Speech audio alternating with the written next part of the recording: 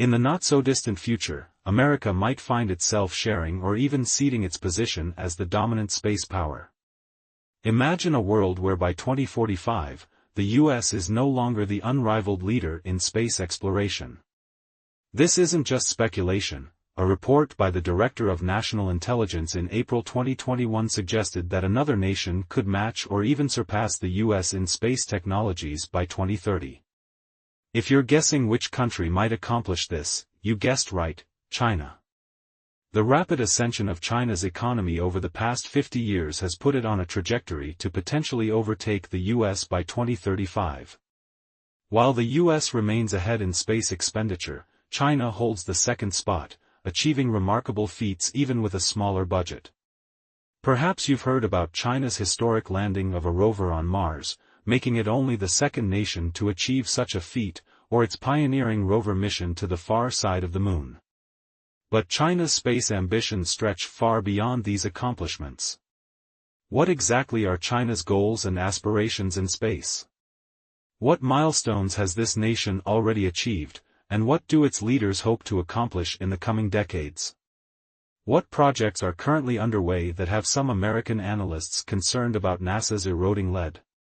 I'm Alex McColgan, and you're watching Astrum. Join me as we delve into the world of China's modern space race, exploring what the future might hold based on the country's ambitious plans for our solar system.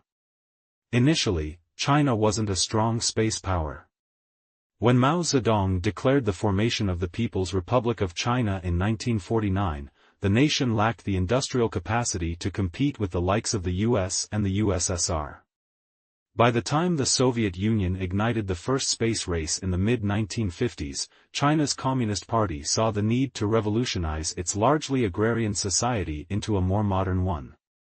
However, the Great Leap Forward turned out to be more of a great step back, as the reorganization of farmers into communal labor farms and factories failed to produce enough food, leading to the deaths of 30 to 45 million people from starvation and execution. Unsurprisingly, China's economy contracted during this period. Things didn't improve during the Cultural Revolution of the 1960s and 1970s, as Mao encouraged citizens to root out dissidents, leading to the persecution of intellectuals. Amidst starvation, a weak economy, and an assault on knowledge, China's space efforts struggled to take off. Despite Soviet assistance with scientists and technology, China's first basic rocket, the T-7M, didn't launch until 1960. After relations between China and the Soviet Union soured, China had to develop its missile and space technology independently. Fast forward to today, and the picture is quite different. Thanks to economic reforms introduced by Mao's successor, Deng Xiaoping, in 1978, China has grown from contributing a mere 2.7% to the global GDP in 1980 to 16.9% in 2023. For context, the US's share has remained relatively stable, from 25.4% in 1980 to 26.1% in 2023. With this economic growth has come increased investment in space exploration, placing China second worldwide in terms of space program expenditure. This investment has enabled China to achieve impressive milestones. In 2004, China announced its formal interest in lunar exploration. The first Chang'e probe, named after the Chinese moon goddess, launched in 2007 in collaboration with the European Space Agency, ESA, completing its mission to map the moon's surface. However, this was just the beginning. China aimed for more extensive exploration of the moon.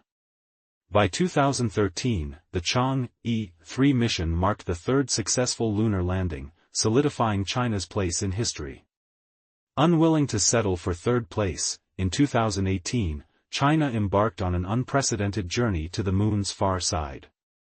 The challenge was immense due to communication barriers with Earth, necessitating an intermediary spacecraft to relay signals. Yet, the Chang'e 4 mission succeeded in landing on the far side, even carrying a small biosphere experiment with seeds, soil, and air to study how a mini ecosystem would fare on the moon. Remarkably, some seeds sprouted, becoming the first plants to grow on the moon, albeit briefly. Since then, 2 more Chang'e missions have successfully returned lunar samples to Earth. The Biosphere experiment hints at China's long-term lunar ambitions. Why else would they experiment with growing plants on the moon unless they intended to establish a presence there? Indeed, in 2019, China announced its intention to build a lunar research station within the next decade, inviting other nations to join. 13 nations and 2 organizations have already agreed, including Russia, South Africa, Belarus, Pakistan, and Egypt. If this sounds familiar, it's because it mirrors the US's Artemis Accords, which also seek international collaboration in space exploration. While state media often frame the International Lunar Research Station as a rival to the Artemis Accords, China has extended invitations to the US and Europe to participate. However, due to American laws prohibiting collaboration with China on space projects, the US may not join, though European nations might. With ILRS construction expected to begin after 2028, the stage is set for a potential shift in space exploration dynamics. It's intriguing to note that it was only in 2011 that the United States enacted the Wolf Amendment, which prohibits collaboration between the US and China on space projects without congressional approval. This measure stemmed from concerns that China might gain undue advantage from US rocket technology, potentially surpassing American efforts by leveraging shared knowledge. While the moon is a significant focus, China's aspirations extend beyond our natural satellite. Like the US, China is setting its sights on other planets within our solar system. In February 2021, China's Tianwen-1 mission, aptly named, Questioning the Heavens, successfully entered Martian orbit. This mission comprised an orbiter and a rover, Zhurong, which landed on Mars a month later, making China the second nation to achieve this milestone. Zhurong spent about a year on Mars, utilizing radar instruments to map subsurface water and employing a camera to analyze the chemical composition of Martian rocks, similar to NASA's Perseverance rover. However, this was merely the groundwork for more ambitious plans. China intends to return samples from Mars to Earth by 2031, potentially outpacing NASA's own sample return plans, which remain in the developmental stage. Bringing Martian samples back to Earth would be invaluable for scientific research, as Earth's advanced equipment offers insights that are unattainable with rover-based instruments. This would provide a distinct advantage when considering how to construct permanent structures on Mars, leveraging locally sourced materials. A critical component of these plans is the development of a robust launch vehicle. Whether transporting base components to the Moon or Mars, a powerful, cost-effective, and reusable rocket is essential for realizing China's space ambitions. Enter the Long March 9, a super-heavy variant of the Long March series, designed to carry payloads of up to 150,000 kilograms into low Earth orbit. If this sounds familiar, it's akin to SpaceX's Starship goals. Both rockets share similarities, with the Long March 9 set to become reusable over time, though initial versions, anticipated by 2033, will only be single-use.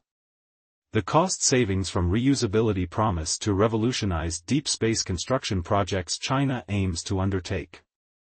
Currently, launching with a Long March rocket costs about $3,000 per kilogram to reach orbit, but the reusable Long March 9 could reduce this to as low as $1,500, effectively halving launch expenses. China's deep space construction projects extend beyond launching rockets. The nation boasts its own space station, Tiangong, or Heavenly Palace. Although smaller than the International Space Station, ISS, accommodating 3 astronauts across 3 modules compared to the ISS's 7 astronauts in 18 modules, Tiangong remains an engineering marvel. The station's primary core launched in 2021, following earlier generations tested in 2011 and 2016. Tiangong has hosted numerous Chinese astronauts, or takenauts, for spacewalks and shares its orbit with the Xuantian Space Telescope, serving as a convenient base for potential repairs. China's pursuit of an independent space station partly stems from being excluded from the ISS, a decision driven by U.S. laws prohibiting collaboration due to concerns over technological espionage. Despite these restrictions, NASA and Chinese scientists generally favor cooperation. For example, when China retrieved lunar samples, NASA scientists requested congressional approval to examine them. China was open to sharing, as international goodwill aligns with its long-term space objectives. Similarly, China's space station welcomes international scientific experiments. Although no other nations have visited the smaller station, 9 international projects from 17 different countries have been approved, including participation by United Nations members. The scientific community tends to prioritize collaboration over national borders, focusing on the pursuit of knowledge. However, governments often harbor reservations about other nations' motivations, sometimes with valid reasons. This paints a picture of China's long-term space ambitions, a desire to explore and establish a permanent presence across the solar system. China's future projects reinforce this vision. The nation plans to send probes to explore Jupiter and its surroundings, targeting a launch in 2030. Additionally, China aims to deploy 40,000 satellites around Earth to enhance satellite coverage and compete with services like Starlink. Chinese scientists have even proposed a long-term plan to develop resource collection and logistic supply chains across the solar system, with completion envisioned by 2100. While not an official government plan, this proposal offers a glimpse into China's potential future considerations. It envisions asteroid mining, utilizing water ice for fuel, and establishing supply nodes and logistics chains spanning the solar system. In the long run, China seeks to maximize the benefits of space exploration while maintaining outward cooperation with international partners. Will China surpass the United States in this cosmic quest? It's a scenario that certainly has some U.S. intelligence analysts on edge, as evidenced by the 2021 DNI report. However, there are other possibilities to consider. For now, the U.S. maintains a substantial lead in space expenditure, spending $73.2 billion compared to China's $14.5 billion. This means the U.S. allocates more to space programs than all other countries combined, and while China ranks second, NASA's lead remains substantial. As long as this disparity persists, it's unlikely that China will overtake the U.S., even if some Chinese projects are ahead of NASA's in certain areas. Overall, the U.S. continues to advance its space knowledge, maintaining its dominance. Yet, it's important to recognize that China's budget might be misleading. The country can often complete projects at a lower cost than the U.S., partly due to cheaper labor and, potentially, willingness to cut corners on safety. However, perhaps the most favorable outcome would be moving beyond competition. As nations establish more permanent bases and outposts beyond Earth's orbit, it becomes increasingly necessary to develop a common set of rules that all countries adhere to, outlining the rights to resources scattered across the solar system. Ideally, instead of forming rival camps, the US and China could collaborate under a unified framework, competing within a shared set of guidelines. While competition seems inherent to human nature, both nations could benefit from occasionally working together, alongside their rivalry. This approach ensures that space remains accessible to all. It's crucial to remember that the US isn't the only significant player in this cosmic arena. A century from now, the solar system's landscape won't just feature American flags but will also showcase many flags adorned with 5 stars, symbolizing China's presence. So, what do you think? Should the U.S. explore avenues for cooperation with China on space missions, or should it focus solely on preserving its technological lead? Share your thoughts in the comments below. We don't frequently cover Chinese space missions on this channel because their findings aren't as publicly accessible as NASA's, making it challenging to obtain images and insights. However, I'm eager to hear your feedback on this exploration of another nation's space program. Thank you for watching, and I'll see you next time.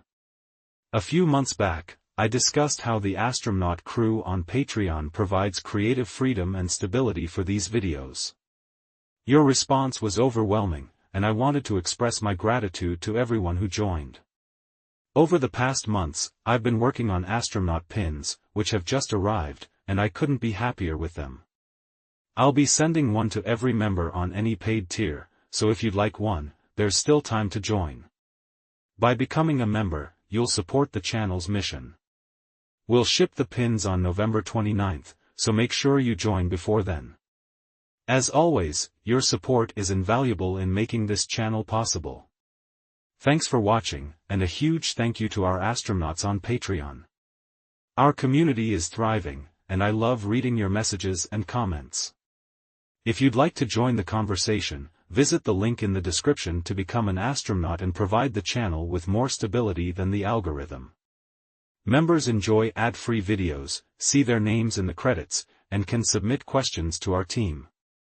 Once again, a heartfelt thank you from both myself and the entire Astrum team. Meanwhile, click the link to this playlist for more Astrum content. I'll catch you next time.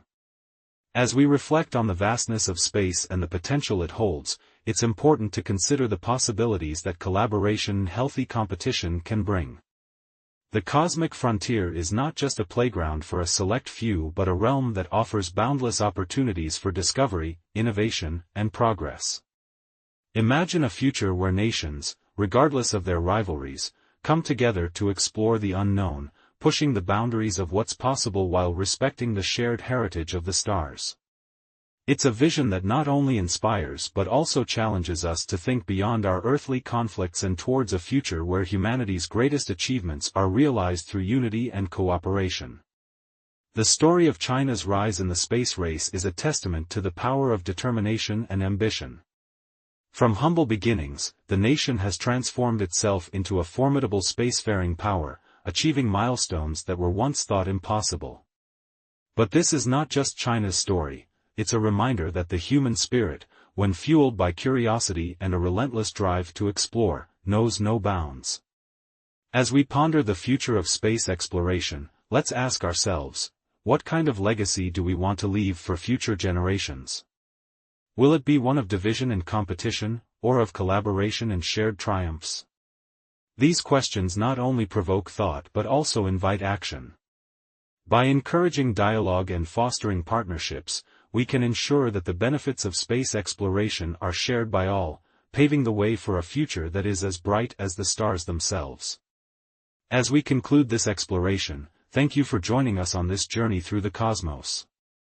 Your support and engagement are what make these discussions possible, and we're excited to continue exploring the wonders of the universe with you. Don't forget to like, subscribe, and share your thoughts in the comments below. Let's keep the conversation going as we explore the final frontier together. Until next time, keep looking up at the stars and dreaming of what lies beyond.